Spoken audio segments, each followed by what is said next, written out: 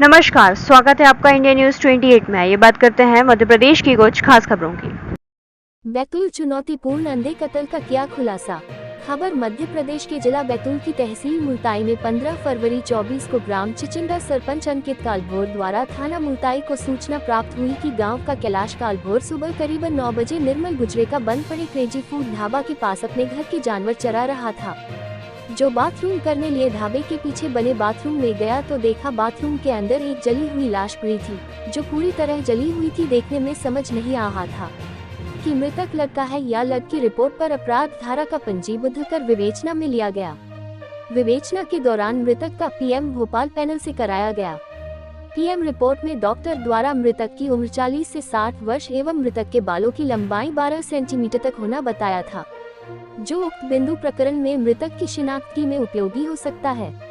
वरिष्ठ अधिकारियों के निर्देशन में टीम गठित कर घटनास्थल के आसपास के सीसीटीवी कैमरे चेक करने पर घटना दिनांक समय अनुसार वाहन क्रमांक MH35 AG 1359 संदिग्ध पाया गया, जो वाहन किरणपति पुरुषोत्तम कावले निवासी गोंदिया महाराष्ट्र का रजिस्टर्ड होने से वाहन मालिक के संबंध में जानकारी प्राप्त करने हेतु टीम को गोंदिया रवाना किया गया। टीम द्वारा वाहन मालिक की जानकारी प्राप्त करने हेतु गोरेगांव जिला गोंदिया पहुंचकर आसपास के लोगों से वाहन मालिक के बारे में पूछताछ करने पर लोगों द्वारा बताया गया कि वाहन स्वामी किरण कावले का पति पुरुषोत्तम कावले म्यूजिक टीचर था, जो बड़े बाल रखता था और बालों में ब्राउन कलर लगाता था, शराब पीने का आदी था, जिन्हें मृतक के फोटोग्राफर्स अंगूठी एवं पीएम रिपोर्ट में नेक हुलिया बताकर पूछताछ करने पर मृतक का हुलिया किरण कावले के पति पुरुषोत्तम कावले जैसा ही होना बताए, जो लगभग 4 माह से अपने घर पर नहीं दिखना बताया। पुरुषोत्तम कावले के परिजनों के संबंध में पूछताछ करने पर भाई दिलीप कावले, पिता नारायण कावले निवासी बजरंग चौक हाट रोड शिवाजी नगर भंडारा में तथा पत्नी किरण कावले अपनी बहन के घर ग्राम बाघबोड़ी जिला भंडारा में होने की जानकारी मिली।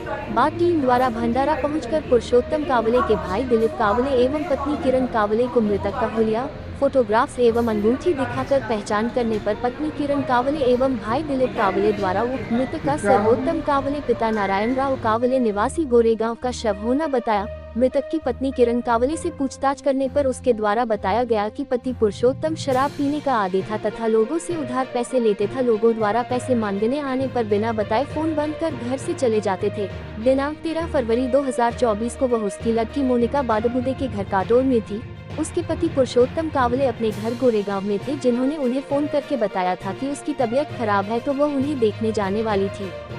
तो उसकी बेटी मोनिका बोली कि तुम मत जाओ, मैं और पति राहुल दोनों कार से चले जाते हैं, और शाम करीबन 6 बजे कार से गोरेगांव गए थे, जो कि दूसरे दिन सुबह करीबन 5 बजे वापस काटोल आ गए थे।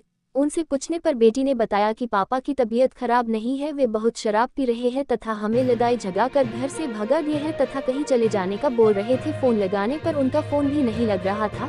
घटना के संबंध में मृतक की बेटी मोनिका बादबुदे तथा दामाद राहुल बादबुदे से घटना के संबंध में पूछताछ करने पर बताया कि दिनांक 13 फरवरी 2024 को वह दोनों मम्मी की कार से पापा को देखने के लिए काटोल से गोरेगांव गए थे, जो कि रात लगभग 10:45 पर गोरेगांव पहुंचे थे। मृतक पुरुषोत्तम कावले अत्यधिक शराब के नशे में थे, जिसके साथ बेटी मोनिका एवं दामाद राहुल बादबुदे का विवाद हुआ, जिस पर बेटी मोनिका एवं दामाद राहुल ने मारपीट कर जान से खत्म कर दिया तथा मृतक के शव को कार की डिक्की में रखकर काटोल लेकर आए तथा दूसरे दिन दिनांक 14 फरवरी 2024 को नागपुर बैतूल हाईवे पर क्रेजी फूड ढाबे के पीछे बने बाथरूम में मृतक पुरुषोत्तम के शव को पेट्रोल डालकर जला दिया था। पुलिस द्वारा काफी मशक्कत करने पर यह चुनौतीपूर्ण मामले का खुलासा किया गया। उक्त कार्यवाही में थाना प्रभारी मुल्ताई निरीक्षक राजेश सातनकर, छत्रपाल धुर्वे, अमित पवार, मोनिका, आरक्षक नरेंद्र कुशवाहा, सेवाराम की मुख्य भूमिका रही है। बैतूल से जिला ब्यूरो चीफ मोहन प्रजापति की रिपोर्ट। इस तरह से ये मामला ये दिनांक 14/2/2024 की घटना है और इसकी सूचना लोकल जो गांव है वहां से सरपंच के द्वारा पुलिस को दी गई थी। चिचंडा के पास हाईवे के पास में ढाबा है, ढाबे के पीछे एक डेड बॉडी जली हुई अवस्था में उसकी सूचना मिली। उसके बाद पुलिस वहां मौके पर गई, मौके पर जाकर देखा ढाबा जो कोरोना के समय से बंद था, उसके पीछे जो बाथरूम था, बाथरूम में एक डेड बॉडी जली हुई अवस्था में मिली थी।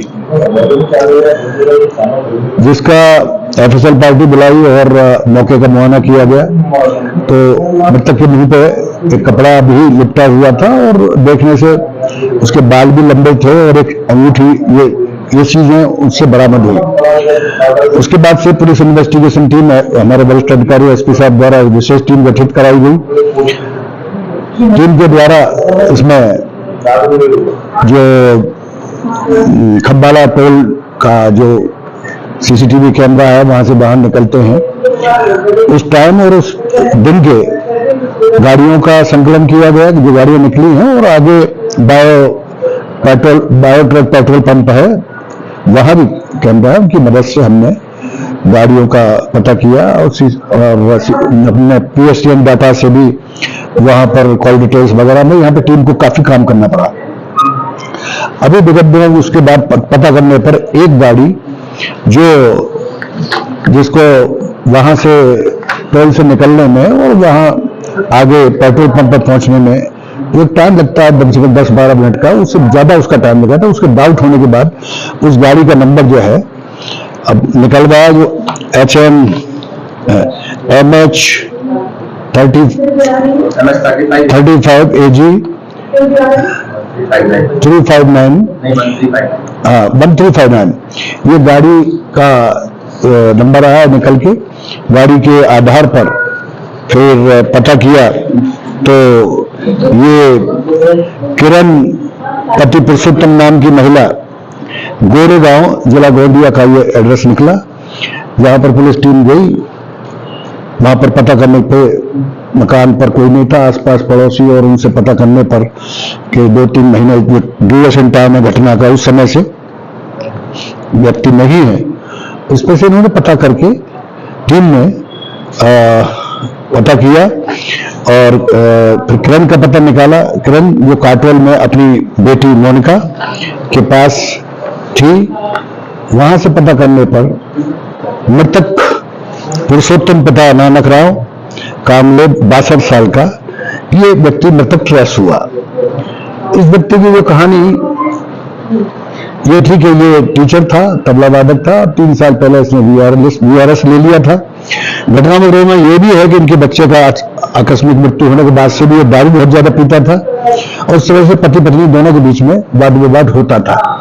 वाद विवाद के रहते हुए ही पत्नी अपनी बेटी के पास काटोल आ गई थी और इसी बीच में मृतक द्वारा फोन पर जो बातचीत हुई और उसमें बीमार होने की बात, तबीयत खराब होने की बात, ऐसी बातें जो हुई, तो उसे देखने के लिए आरोपी जो मोनिका है और जो इसका पति है राहुल, ये दोनों गाड़ी से गए।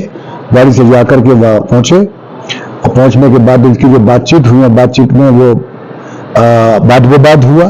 वाद विवाद में क्योंकि वो कमजोर था, वृद्ध था, तो झूमा झटकी और जो धक्का-मुक्की हुई, मार पिटाई हुई, उसमें वो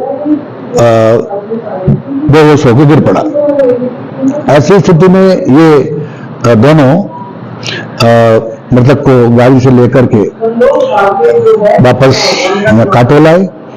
काटोल में इन्होंने देखा कि ये मर चुका है, तो ऐसी स्थिति में फिर इन्होंने ये प्लान बनाया कि इनको कहाँ बॉडी को फेंका जाए, बॉडी को कहाँ से प्लान किया जाए।